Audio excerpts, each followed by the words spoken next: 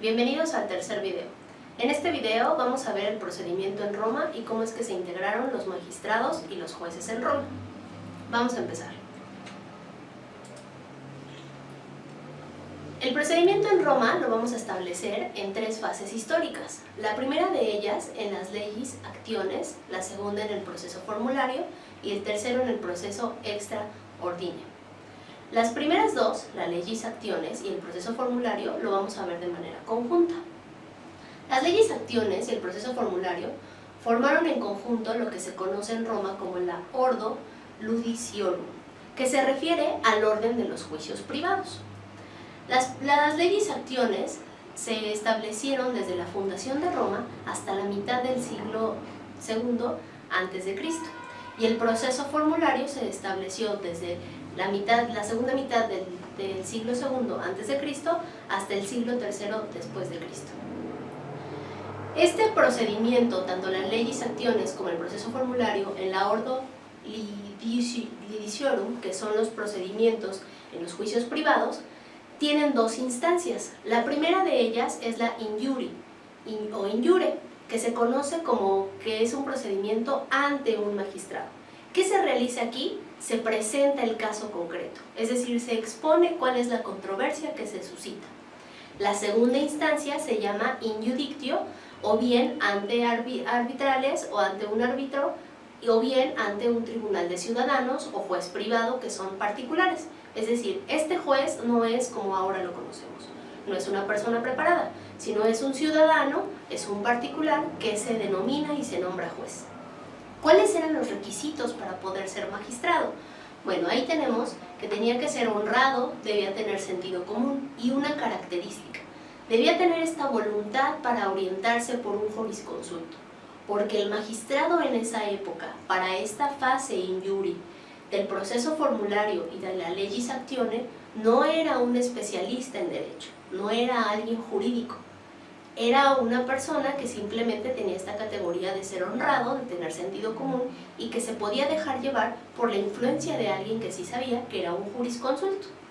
Muy bien, antes de pasar a este proceso extra ordinem, vamos a continuar con estas dos fases.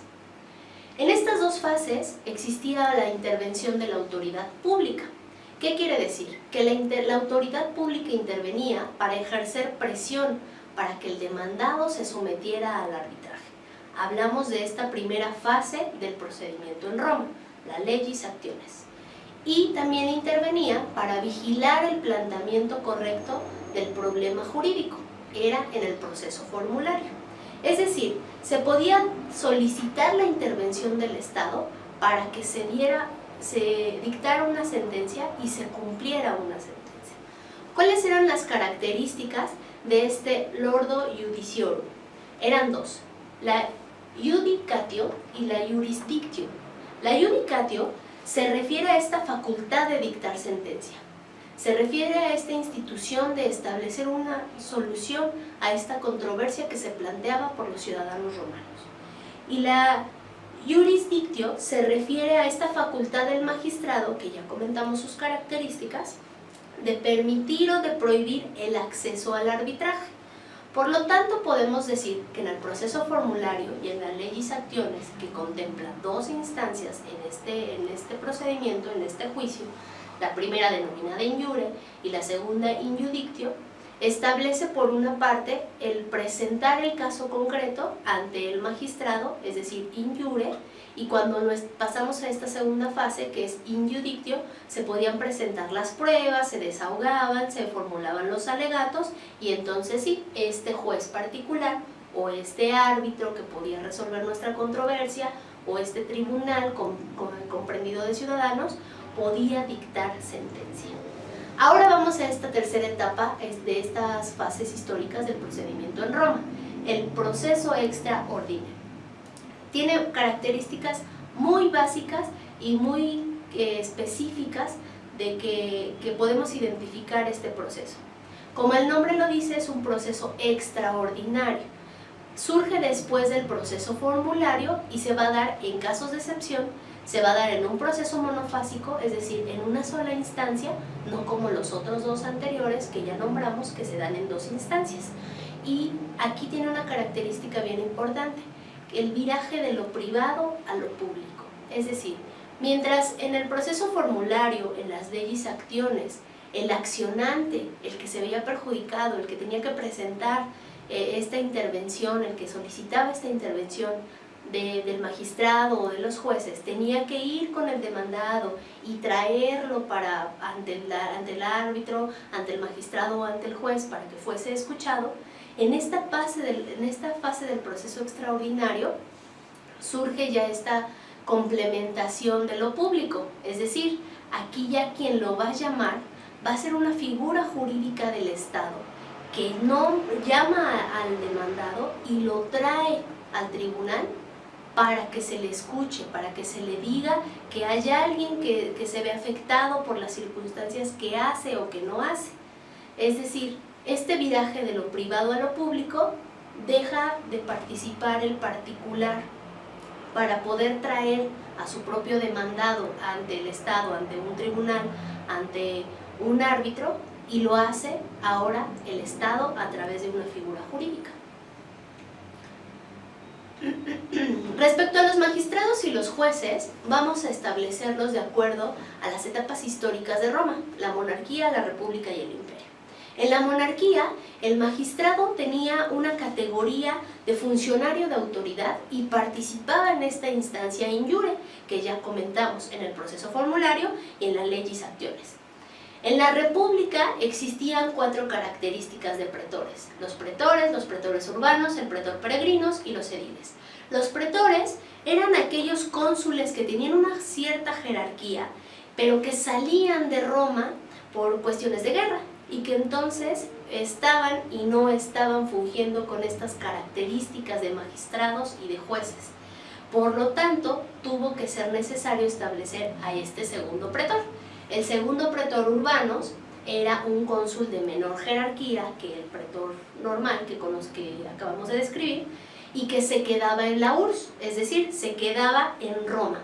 Este pretor urbanos no podía salir por causas de guerra, era la que lo diferenciaba, surge a raíz de la necesidad del primero.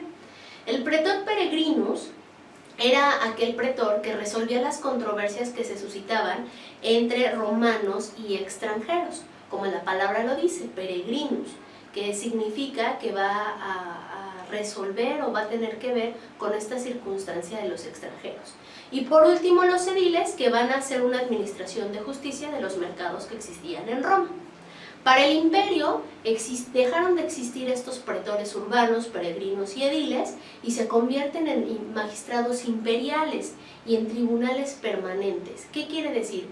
Que se forma una estructura completa de abajo hacia arriba y de arriba hacia abajo en cuanto a una serie de magistraturas imperiales, donde el más alto rango era el impretor, que se refiere al que estaba hasta arriba, y de ahí los magistrados venían haciendo. Habían unos tribunales permanentes como lo son el centum viri y el dembiri. El primero de ellos, el centum viri, se refiere y resolvía las controversias que se daban en la propiedad y en la herencia de los ciudadanos romanos. Y el dembiri se refería a aquella resolución de controversias de los procesos sobre la libertad y la ciudadanía de los romanos. Los magistrados, por lo tanto, podemos concluir que eran funcionarios superiores o bien unos funcionarios sin jerarquía o con una jerarquía menor, que eran los pretores. Los iudex, que eran conocidos como juez particular, funcionaron en nuestro procedimiento de Roma en la fase histórica de las leyes acciones y el proceso formulario. Cuando el imperio llega, el juez particular desaparece y el magistrado entra a fungir y a realizar lo que realizaba el iudex, que se denominaban o que hacían donde se oponía el caso, donde se ofrecían las pruebas y dictaba sentencia. Por lo tanto, podemos decir que así como en el derecho romano y en nuestra actualidad, un magistrado es diferente al juez. Analiza esta parte. ¿Sabes lo que es un magistrado? ¿Sabes lo que es un juez en nuestra actualidad y en nuestro sistema jurídico? Con esto terminamos nuestro video 3 y esperemos que sigas en nuestro curso.